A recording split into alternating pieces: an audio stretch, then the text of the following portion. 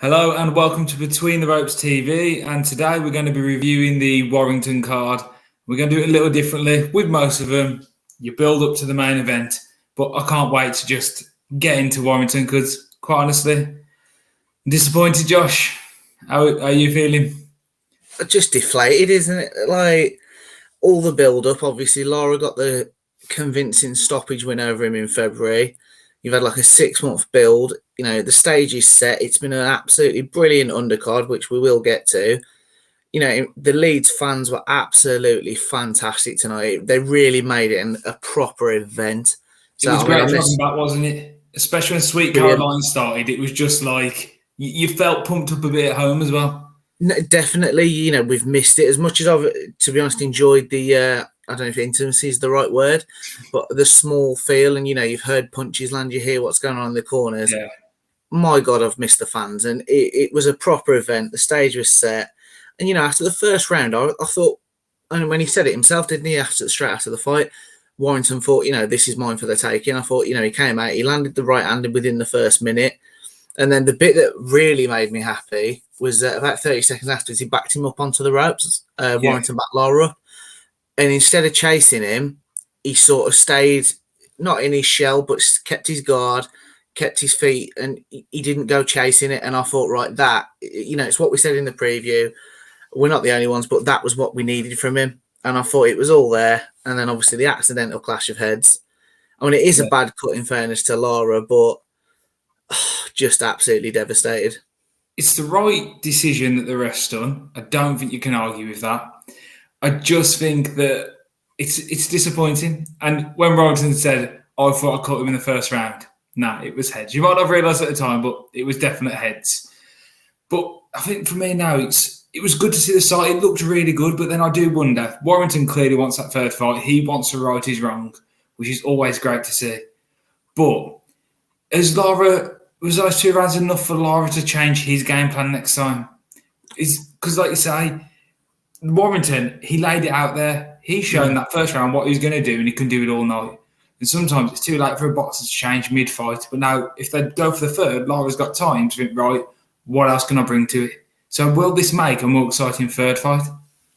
So if we get the third fight, because, I mean, Warrington sort of touched on it, the fact that obviously his manager and promoter will probably try and push him in other directions. And it's tough, isn't it? Because I'm, like you've just said, I'm a fan of fighters, you know, righting the wrongs, cleaning the slate.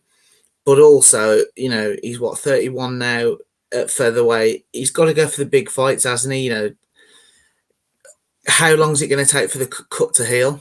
You know, it was a nasty cut, to be fair. As you said, it was probably the right call.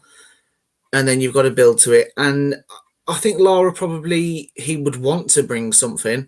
But I think as we saw with Giovanni Straffon sort of earlier on, and what we've seen with a few of these South Americans, they've come over with lockdown. They've done a job on a few of the Brits. Then in rematches and stuff, they've sort of shown actually they're quite one-dimensional. And they've probably caught some of our boys off guard. And I think Lara looked half sort of relieved at the end. I think he thought, oh, I might have got away with one here, because the way that was starting to build, that had all the makings of Warrington putting the pressure on sort of in the middle to late rounds and possibly forcing a stoppage. We'll never know now, so that's obviously speculation. But I don't think Lara would probably have anything different. He's like, you know, he's decent reach on him. He's clearly a puncher, and that's what he's going to bring. It's just a shame now, because depending on when we can get the rematch, this could end up being a year to 18 months gone on Josh Warrington's career for effectively a slip-up that was, you know, really it was a tune-up fight to build to something bigger for now, wasn't it? And it's a shame. I'm devastated for everyone involved, really. It was obviously a big stadium show, first one on the zone. Devastated for them, devastated for Josh Warrington, and obviously the 20,000 fans that made such a great atmosphere. Well, yeah, I do think this is the opportunity now that maybe everyone can get what they want with Warrington. Like I said, Lara, that cut could take a while. Getting back out there, he's fit, he's not hurt, he's ready to fight. Fit him in somewhere, get another fight in, and then maybe next year, if he still wants that fight, Lara's not going to say no to it. I think he'll still want it. No, it'd be a big payday for him, won't it? Yeah, he can always come back to it. Like if there's a period where he's waiting on someone, get your revenge, you're confident you can beat him, go and beat him. So, right, Couldn't wait for that. I thought, let's just get out. Should we go? Which way do you want to go? Taylor or back to the start?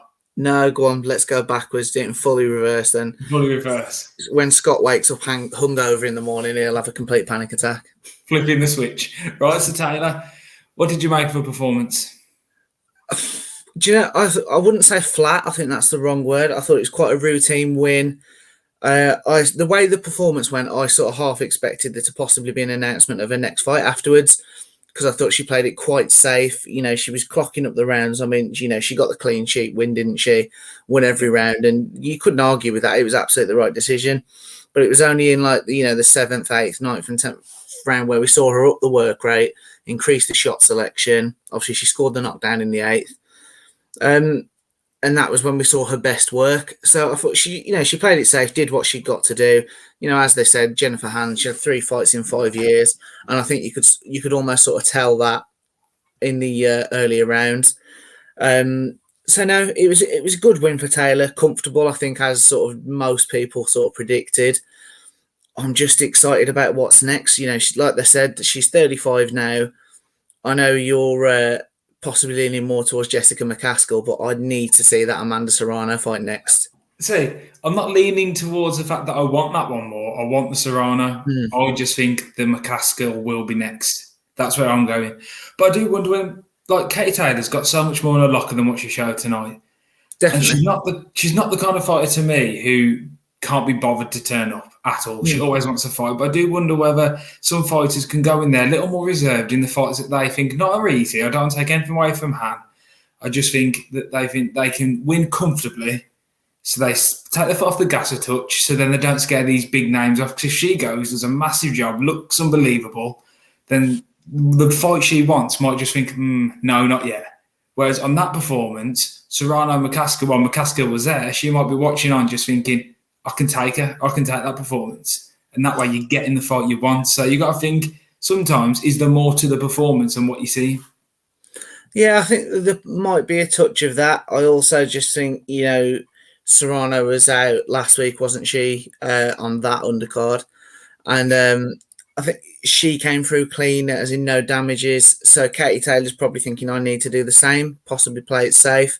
Yes. And I don't know, there's an element of what you're saying, but I think there's possibly also an element of, if I play it safe, we can make the fight for December time, can't we? And I hope that's what we get. I really do. Because now she's 35, I don't want us to miss the boat, or in 2 years' time we get the fight and it's, you know, Mayweather-Pacquiao syndrome all over again. Well, she did say, didn't she, at the end of the fight, she's going to retire undefeated and she's going to retire a multiple weight undisputed champion. She wants the fights, and she said any weight she wants them.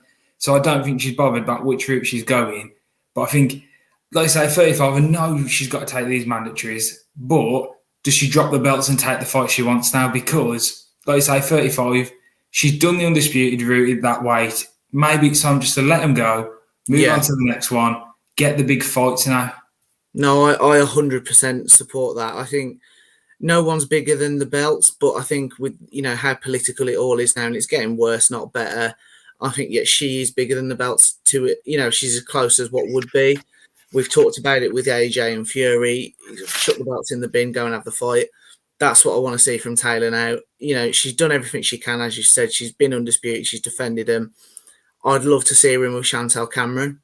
You know, for potentially, I'd back Chantel to come through that undisputed tournament that will be over the next few months. So, you know, this time next year, we could be talking about that. That'd be a brilliant fight. But I just think before all that, obviously, that ties sort of Chantel Cameron up as a big fight in Britain for the next I think they're talking about October, November, then the final be in February. So that sort of ties her up. So I'd like to see. Did in what undercard? I believe Chantel Cameron. Not 100% sure on that. No, it is. The second fight's in November. Right. Fight on the same cards. And then that just leaves Taylor Serrano. It's there. I tweeted about it. Eddie Hearn, go and make the fight. We need to see it. Bit biased to which one you want, but I get it. It's passion. Right. So next one, Conor Benn. Got the win. Convincing performance from him again. And I think I did not like Granados's, I can't pronounce his name, but his performance, the attitude, like when Ben, he did have a few wild misses. And then the whole look into the distance. You've lost most rounds. You don't have the right to be arrogant like that. And I didn't like it. But Ben, the passion, I can't help but love him. I'm so looking forward. Whenever he's in the ring, that's the fight that stands out for me. What did you make? No, I thought it was good. It was a good, sharp start by Conor Benn, wasn't it? First round in particular. Second round, I thought we saw a little bit more of Granados. Thought possibly that was the round for me that he maybe nicked. And then I think from then on we saw, Ben had the edge in speed, he had the edge in power, and he sort of took control as the fight went on. Again, he showed discipline. I mean, that's a great test of Conor Benn's fight management for me. He's got a pretty limited amateur experience. What he's shown us in that fight is that he can control a fight against a sort of wily veteran. He was crafty, as you said.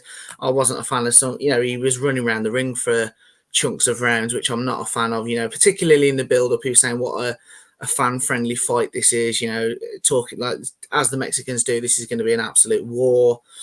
And he didn't come to fight at times. I think he felt Conor Benn's power early and then thought, oh, hang on, I'll think twice here. And, Conor Benn's alluded to that himself afterwards, didn't he? He sort of said that shows me I can bang a little bit.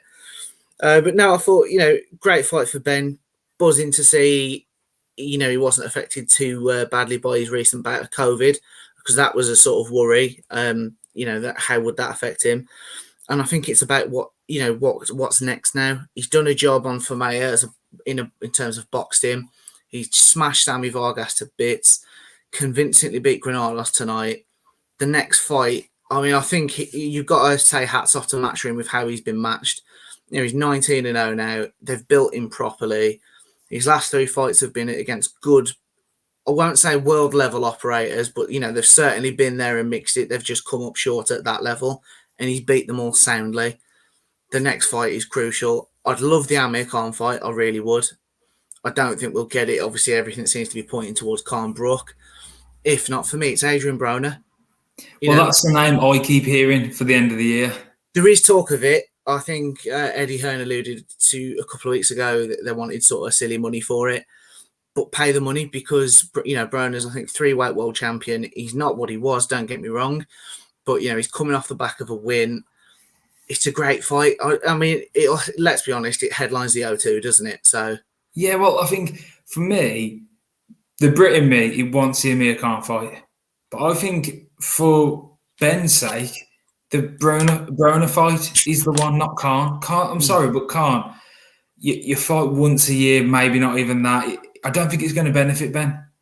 I think this is the one. It's the name, isn't it? It's the name, it's the legacy. And so I get, and Conor Benn's still only in, he's young, we've got time. That's the exciting thing for me. There's a bit of talk on Instagram we did about with Virgil Ortiz, obviously the up and coming American, and they're at similar levels. Yeah. That for me is a great fight for in 2 or 3 years' time. That could be like all the marbles, undisputed welterweight title fight, but they need building properly. And that's why I think Khan would be a great fight. I mean, Conor Benn, he looked fresh. He's not marked up. For me, there's no reason why if the Kell Brook fight for Amir Khan doesn't go ahead, you could make that fight in December. I think Conor Benn smashes Amir Khan to pieces, if I'm honest. Yeah, I don't think Khan reaches the end. No, yeah, that's the reason I don't think the fight will happen, because the payday that Amir Khan will get, I think he'll think it's not worth it. It's a bit of a no-win situation for him other than the money. So, that leaves us with Broner. Like you say, it's exciting now. He's becoming a huge name in British boxing, so absolutely ecstatic to see what's next. Yeah, no, I think I have to agree with Dan, who was on a video the other day, and it's just the fact that he is the most improved boxer, and every time he comes out, he's showing his different caliber. I think that's the thing you said, like how Khan's the name. But I think because of his performances, he doesn't need the name. Like, I don't think the name matters because he's going in, he's showing everything he can do. And for me at the moment, in the past 12 months, he's the only boxer who's gone into 3 different fights with 3 different techniques, 3 different styles to win them, 3 different ways of winning them. All the others that go in and do what they do best. He's shown he does it all. And I just think for that reason, he just wants each one up the steps slowly and eventually will reach top of the mountain. So next, the performance of the night is all that has to be said about this. Maxi Hughes, hats off. That performance, it was just pinpoint. He tore Straffon apart. And then in the 5th round, I thought he'd done it there. But what did you think? See, I don't want to be the party pooper here, and it Go was on. an absolutely incredible performance from him. It really was. Like it was a sort of quite cautious start, but I was still giving him the first round. Then from then on, he definitely the left hand was doing absolute bits tonight. Sean O'Hagan, obviously Warrington's dad. It could have been an even bigger night for him, obviously with his son. But he's put in a great game plan there, and he's been criticised in the past for sort of that being something that he lacks. And he's shown tonight he can put a plan in place. And Maxi Hughes followed it to a T. In the 5th round, like you say, I thought, oh my, he's got him out of here. Couldn't quite pull it off. But what really impressed me about it was it hadn't punched himself out. Don't get me wrong, the tempo slowed down a touch. But the other week at Fight Camp with Buatsi and Bolotniks, we saw Buatsi sort of about to have 2 or 3 rounds off. And that I did think, are we going to have the same again? But we didn't. He controlled it. And he just did everything that he needed to do. And like you say, performance of the night, it was brilliant. Gives him a sort of lower level world title. Thoroughly deserved.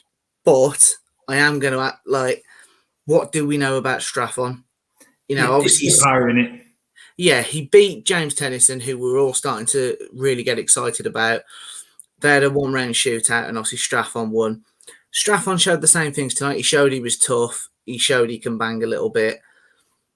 But we don't know about him. What can he really do? So, Maxi Hughes afterwards, obviously mentioning Devin Haney. He'll go over to America now. He signed up with Matchroom, and that would be a great fight for him, a great payday. But Haney's a absolute brilliant fighter. I'm really excited about him for the future. So I'd back Haney to sort of win that quite well. So no, absolutely brilliant performance.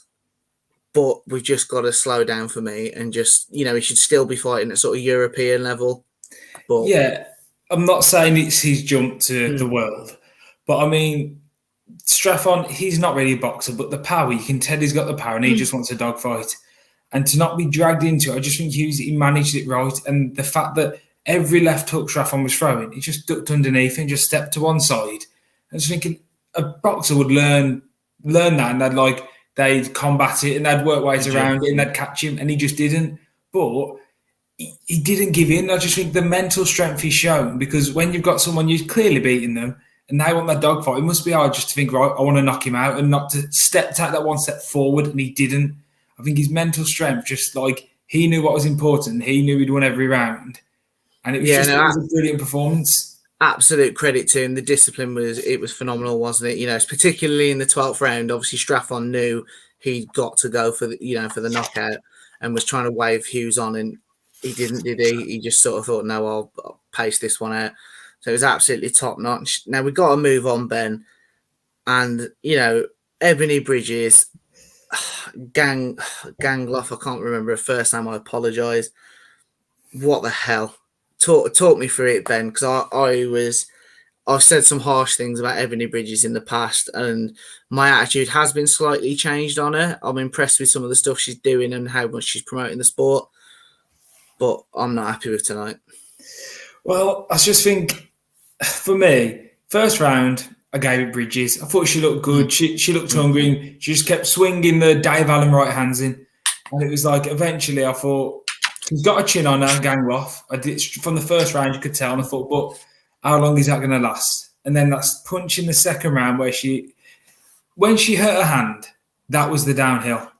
Yeah. And for me, she lost nearly every round. But the grit and determination to carry on through an injury, I just think she lost the fight. I think 9 out of 10 people would agree she lost the fight. She wasn't thrown enough with her right through an injury, which you can't really blame her, but she still carried on. And Gangloff, she controlled it. She looked like she rocked her a little bit. She threw more punches, and she won the fight. But Ebanie Bridges would have got a rematch straight away because it was an injury. You can't really say that Gangloff was a better fighter. And I think that what would have happened with Warrington. If that fight had carried on, they would have blamed the eye. And I don't think she would have exactly lost anything by losing. People wouldn't have lost more respect, any respect for her. But I think Gangloff was robbed. No, I do.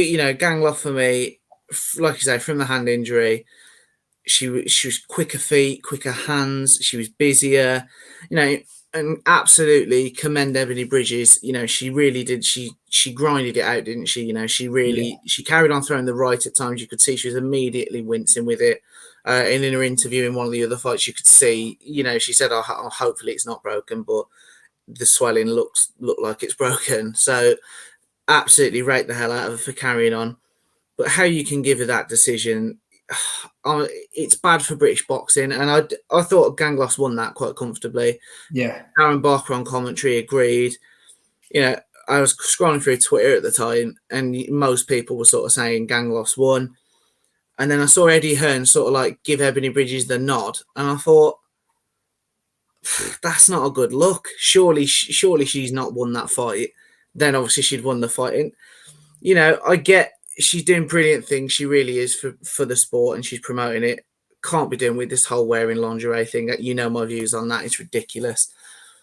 But fair play. I suppose now, depending on the hand, she'll go on and she'll get possibly the Shannon Courtney fight back end of the year, hand injury dependent. But no, I thought that was bad, and not a great start to the show. It did pick up from there as we've been through, but yeah, not happy with that one, mate. Yeah, I don't think she would have. She wouldn't have lost any respect for losing, and that's my thing. When there's an injury involved, a legitimate injury, when you go to David A. Tony Bellew, the first one, even though yes they lost, you don't lose respect because they carried on. They proved they were fighters, and it's like if anything, they gain respect from the fight. Yeah. Makes the rematch bigger, doesn't it? Exactly. I think in that instance, there's never a loser.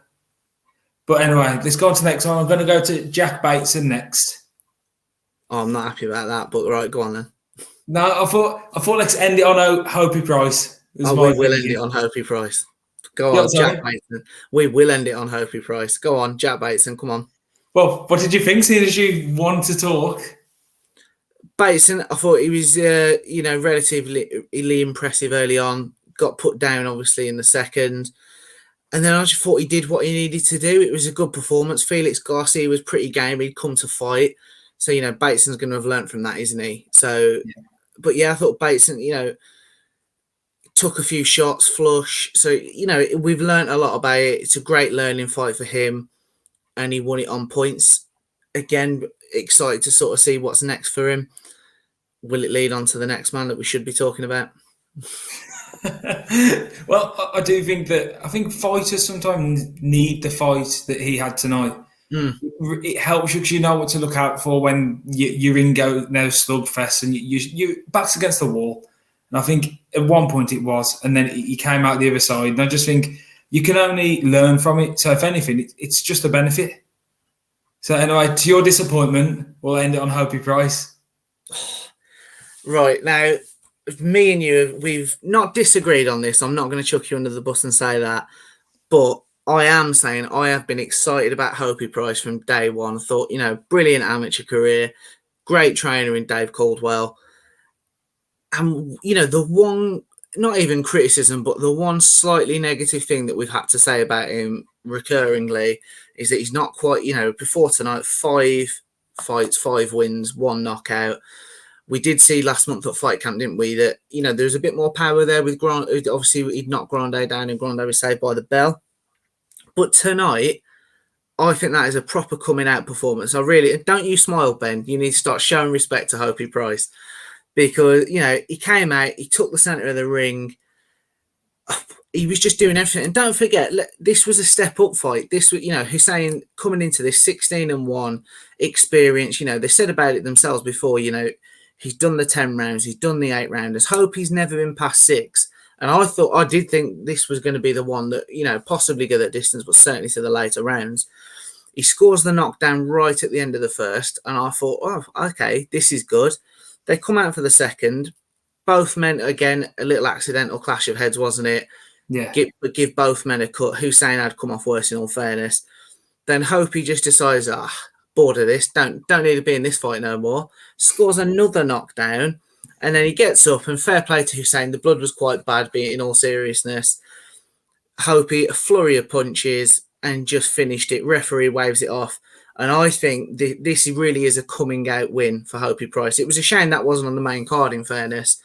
But, guys watching this, if you've not seen Hopey Price's win off from the prelims, go and watch it, because it was a great fight, and he is a name for the future. He will be a big part of British boxing.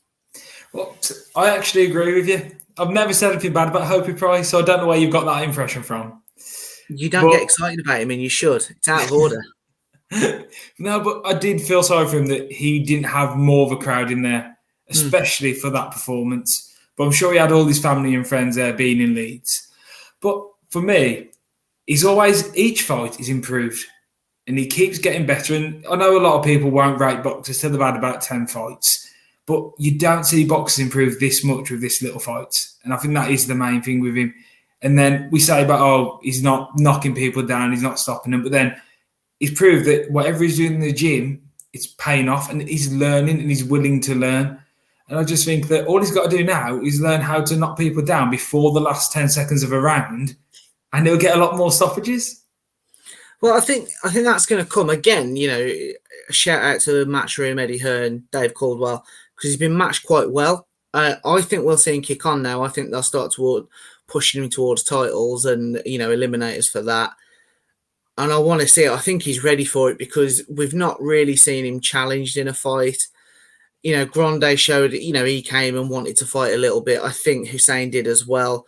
But Hopey's shown he's just levels above these people. So, again, it could be a big end to the year for him as well. We could, certainly by this time next year, I'd like to say, we're going to be seeing him in British title fights. And I really do think he's got the potential to go all the way. So I think you're right, but I don't want to put the pressure on him, because I'm just enjoying it at the moment. The slow pace, and I'm enjoying seeing him out there as much as possible. And to an extent, the slower you're moving forward, the more fights they actually have. Yeah. Whereas the bigger jumps they take, the less fights they have. So for the time being, he's only young. It's just every time he's out there, just enjoy it and you see the improvements. And he is just a class operator. And now he's brilliant card, I thought. Obviously disappointed about the main event, but it's fantastic to have all the crowds back in. And it's got me quite excited for the Joshua fight now. Having the crowd and the atmosphere, that's going to be bigger. No, that'll be a big fight, and we'll obviously start building towards that. I'm going to be honest though, when the whole Sky and DAZN thing and Eddie Hearn made the switch, I said to you, didn't I was going to miss sort of Adam Smith's commentary. I'm a big fan of it, but I've got hats off to DAZN. I love Chris Lloyd and Darren Barker, and then as the card wears on, we get Andy Lee and Mike Costello. It's a brilliant announced team, and it's almost now, even though it's only been like sort of 3 weeks of fight camp and obviously now tonight, it's almost going to be strange going back to obviously presumably like Adam Smith and Matt Macklin. But we're getting Macklin's questions again. I've missed them. We will get Matt Macklin's most obvious questions. So no, I'm excited for that. But yeah, right, let's wrap it up, Ben. Right, no problem. Thank you all for watching, and don't forget to like and subscribe. And this has been Between the Ropes TV. Cheers, guys. Cheers.